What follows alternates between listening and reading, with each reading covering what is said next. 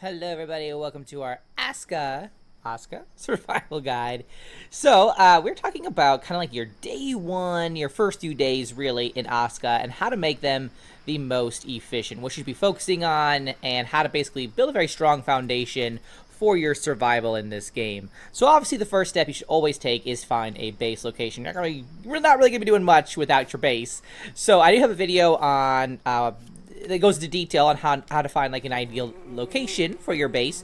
But the basics basically is to find obviously to stay away from some of the dangers that are on the map. For example, all these little red marks, the cemeteries, the Draugr fields, basically to stay away from them. Maybe the dens as well, the Wolfar dens.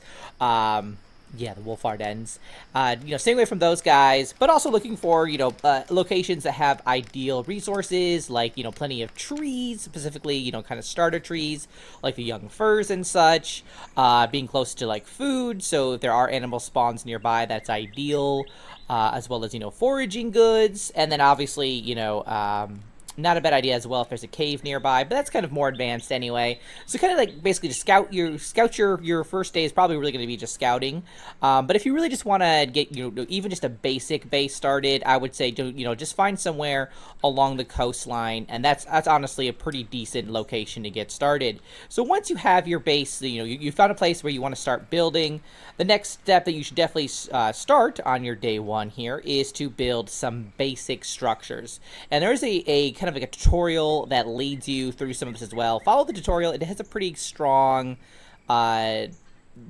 pathway to lead you to success, so that definitely helps. But it could be, I would say, perhaps amended here and there. But first of all, basics. So you're going to build a campfire because that's going to unlock some other structures. So you kind of just want to build this both to keep warm, to cook, food and such, but really just to unlock some other structures, mainly your shelter. And so after you build your campfire, next thing you should be focusing on is a shelter. Even if you don't plan on using it yourself, at the very least, you can have your villagers, at least your very first village anyway, villager, stay there, and that's already kind of like taking care of you. And also, obviously, shelter, this might unlock, other structures down the line as well. Now, the additional thing is I would also have this well ready to go as well. Once you finished your shelter, focus on a well. And in order to unlock the well, you actually have to make the rain collector first. So, for example, if I go to bushcraft, you'll see here the different kind of things that we have unlocked. Your basics here. So your simple fire, which you should probably upgrade to a campfire as soon as you can because this will disappear. The campfire stays put. And then obviously that'll unlock the shelter. And then for the rain collector, you need to make this in order to unlock the water well, like be able to make that basically. So once you just make this, and then you can just destroy it afterwards. You can keep it too, it's up to you. But you really want the well because it's going to have the most food or the most water available to you and your village. And it can support a number of villagers. So you really only need like one well up until you get, some higher village numbers. Then you might need to consider another well. But this will get you started providing that need for you and your villagers for a long time. So just building that and getting that ready to go is ideal. Now, if you still have some time in your day one, it's finally time to start looking at your production. And in order to do that, we'll go to our building menu here. If we go to basic production, you're going to have like these three guys, the woodcutter, the stonecutter, and the gatherer's pit unlocked for you if you've kind of like followed this sort of path basically. And it doesn't really matter what order you make these. I would typically start with like the woodcutters and the stonecutters and the gatherers. Just go ahead and make those. It's not too expensive on the resources. Very easy to do on your own. Just get them made, in places that make sense. You can obviously always, in the future, make some kind of like production flags where you can be like, hey, go work over there too, besides just here. Because eventually, your workers, your villagers, they're gonna eat up all the resources in the area. It is radius based. So for example, here's our wood harvest. So he's gonna be harvesting all the trees in this green kind of circle here. But eventually all these are going to be gone, so if I don't have like a forester, for example, I'm going to need to tell him to go, a little further away to go keep gathering trees, and I can do that with flags. But that's a pro tip. We don't have to worry about that right now. Right now, you just want to get, your very basic structures down, and those are the three to focus on initially. Now, once you have all of these made all yourself, you don't even have to worry about villagers at this point, at least until you finish the basic production. At that point, maybe you should consider start getting your villagers. You have everything you need for them to get started, and you might be needing some help by that point as well. So if you can try and get it, I know days are kind of short in the game. If you can try to get this done on the first day, all of this done, you're doing amazing. And even if it's into the second day, you're still doing pretty great. Now, in order to invite villagers to your village, you need to summon them with the Eye of Odin. So this is another structure that you're going to need to make. You might even actually have to make this before you're able to make these guys, if I remember correctly. So you'll be making this pretty gosh darn early in the game as well. And then all you need to put in here to summon a villager is Jotun blood, which is, I think I have some somewhere. Maybe in here? Yes, in here.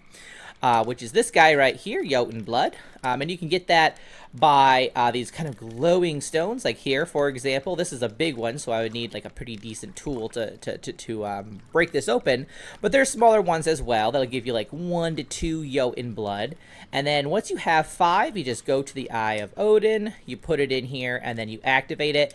And you will have a choice between 2 villagers. And I would definitely say look at their stats, because some people come with amazing stats. Some people come with maybe like 1 flaw or 2 or whatever. And some might just be like absolutely terrible. So kind of take a look and see, first of all, what you're looking for. So for example, starting out, you're definitely looking for people who are good at wood cutting, stone cutting, harvesting, foraging, that kind of a thing. And if you just don't get those, if you're not lucky enough for somebody to summon in with that specific ability or proficiency, that's okay, because they'll kind of get it. They'll kind of gain that proficiency as they work. It's just nicer if they kind of have that to start out with. But basically, at that point, then you have to wait for your villager to appear. And starting out, that's only going to take about 3 minutes per villager. And the devs have kind of fixed that. I guess the higher your village is, like the higher number of villagers you have, it's going to take a little bit longer for you to summon these villagers. But starting off, just 3 minutes, you got to wait until they show up. And then once they start to show up, I would definitely recommend assigning 1 to the woodcutter, because you guys are going to need a lot of wood. And by that, I mean a lot of sticks, let's be honest here. And so having somebody get that for you is going to be a lot nicer than you getting it yourself. So to do that, you can see if you come up to the structure, if we press the R key, we can manage the workers, and we can basically assign who we want to live there. I have our friend here, Sven, working in the woodcutter's hut. And then just make sure that they have the tools they need. And I'll probably make another video that goes a little bit more in depth on like the whole production aspect and such. This is very just kind of like a basic rundown of it all. But just make sure they have the tool they need. You can trade with them and give them the axe or whatever they need. And they will go off and do that during work hours. And obviously, they'll bring all the resources here for you. Now, the second villager you should definitely get should be for your gatherer's pit. I have the gatherer's hut, which we'll get into in a moment. Now, the cool thing about this is that your villager, did they put some weird stuff on top here? Anyway, your gatherer here is basically like your forager. They're going to go out, they're going to be getting, berries and eggs, whatever they can find on the ground, basically, and bring it back here. And it's very important to have a gatherer early on, because this is basically going to be your beginning food right here. So it's going to keep all your villagers fed. It's going to keep you fed. So having this here, having one working on that is going to be, it's good. You don't want to wait too long on that one. Now, the final one, you could definitely assign them to the stone cutter's pit if you would like. I would definitely recommend actually just keeping them as a builder, which is the default role that a villager takes when they first arrive at your village. They stop becoming builders when you assign them specifically to like a production place. So, for example, at our woodcutter's hut here, if I was to dismiss Sven here, he would become a builder. And then if I wanted to make him a woodcutter again, I would just assign him here, and he would stop being a builder, and he would become a woodcutter. So they all come in as builders default. So that's that. So I would definitely have one person If you can anyway. Obviously, if you're feeling like a labor shortage, go for it. Assign them as needed. But having somebody who is a builder is going to be very helpful because they can go around and, as you're setting things down, they're there ready to like take the resources and build that for you. So you can go out and you can definitely help them. You can bring more resources. You can, shore up where you're a little bit low on labor, like for, stone, for example. You can go get that, and your builder is going to be taking care of all the things, that need building in your village. So once you have your 3 villagers, and keep in mind you will need a shelter for each of them. So there they all are, sleeping peacefully. Once you have that all set, I would definitely say this is probably going to be going into like day 2, day 3, I imagine. Start building some fences around your area, and you can keep that. You can do like a fence around each production place if you want, or fences, just around where they're sleeping. I tend to go fence around the whole plot, but that's just me. I'm a little crazy, I guess. And the reason why you want to have fences early on is because if you happen to build in an area that has a lot of like these creatures called smokers, which is like they're really adorable, fluffy little creatures, they will start to eat your resources. If they know you're there, if they have a spawn nearby, they will come.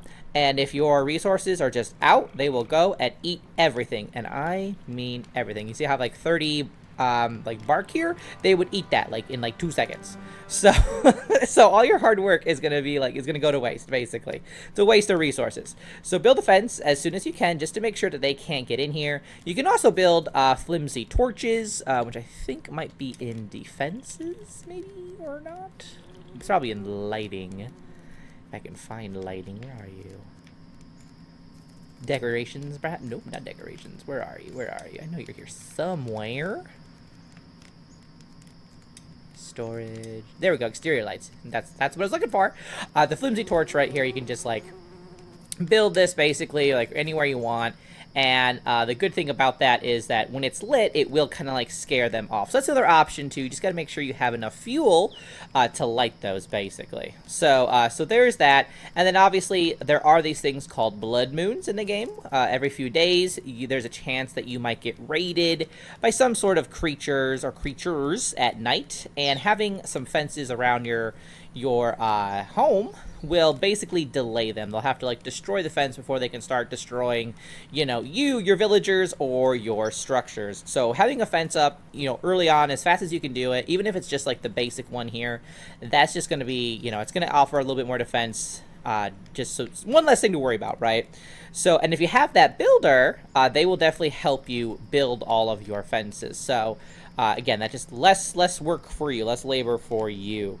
Now, moving on from like the first beginning of the days, one of your first goals should be to make the cottage, which is this guy right here. And the great thing about the cottage is that this can fit a number of people in here. I usually have 4.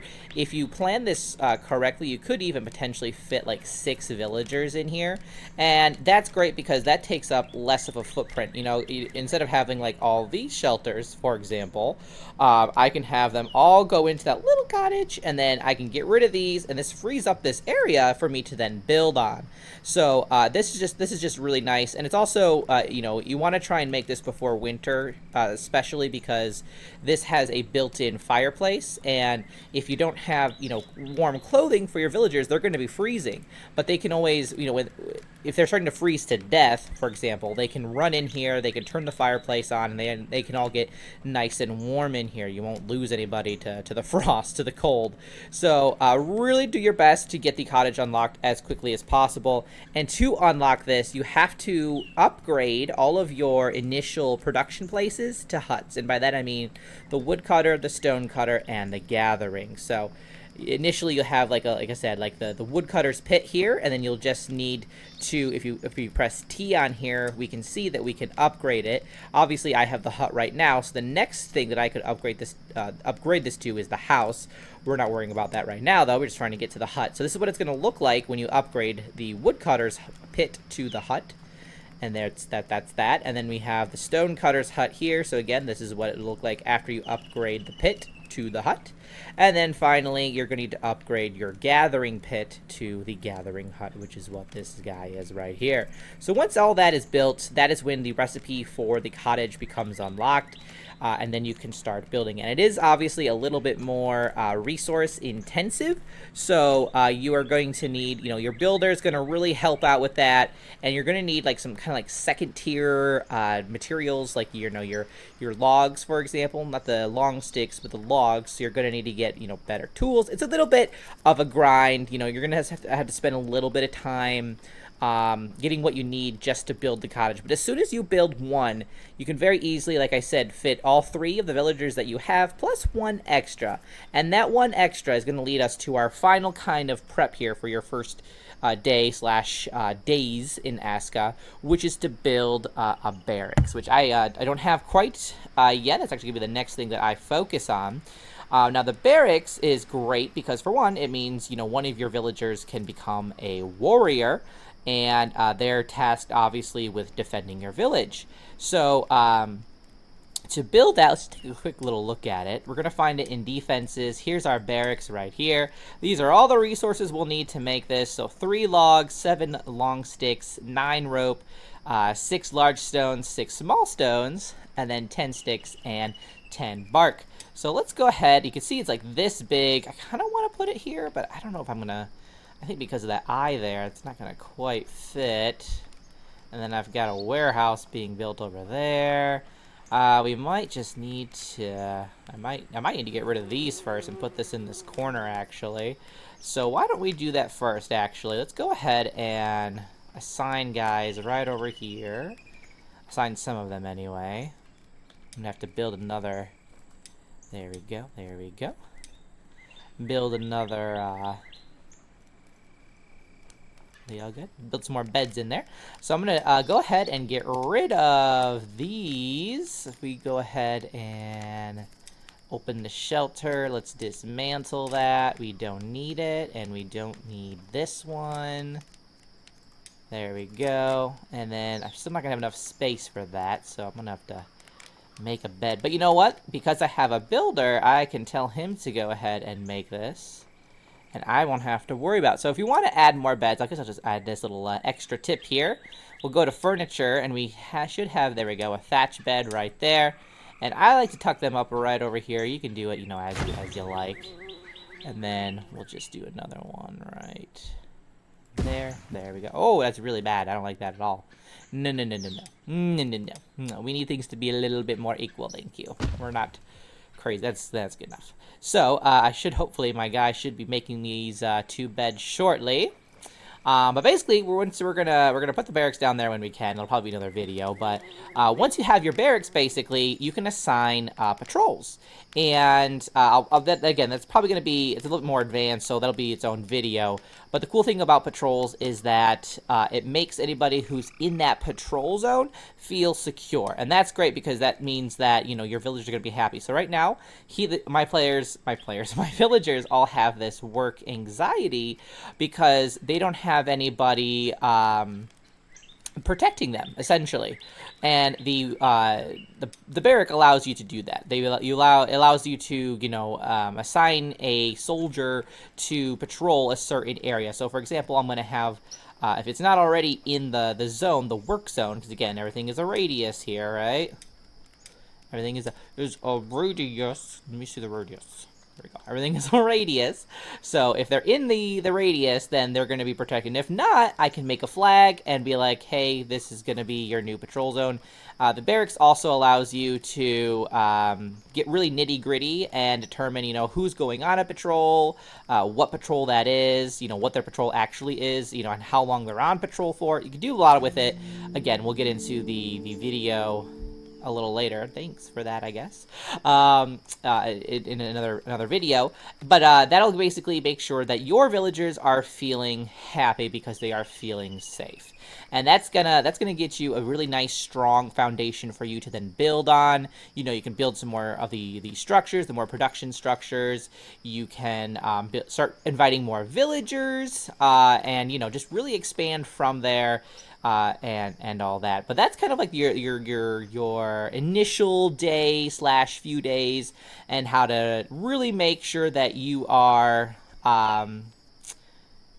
building with a very strong foundation, because it's very easy to like end up realizing that you're making a lot of mistakes. Like, for example, with I learned really the hard way with the smokers, whatever they're called, the little fluffy guys. I learned the hard way with them about them eating your resources. So my production, for example, was super delayed because my resources kept being eaten and I had to keep starting over. So, you know, but yeah, just follow that and you guys should be doing just fine. So if you do have questions about, you know, initial steps in this game, please let me know in the comments. Otherwise, I'll see you guys in the next one. Till then, keep surviving and keep thriving.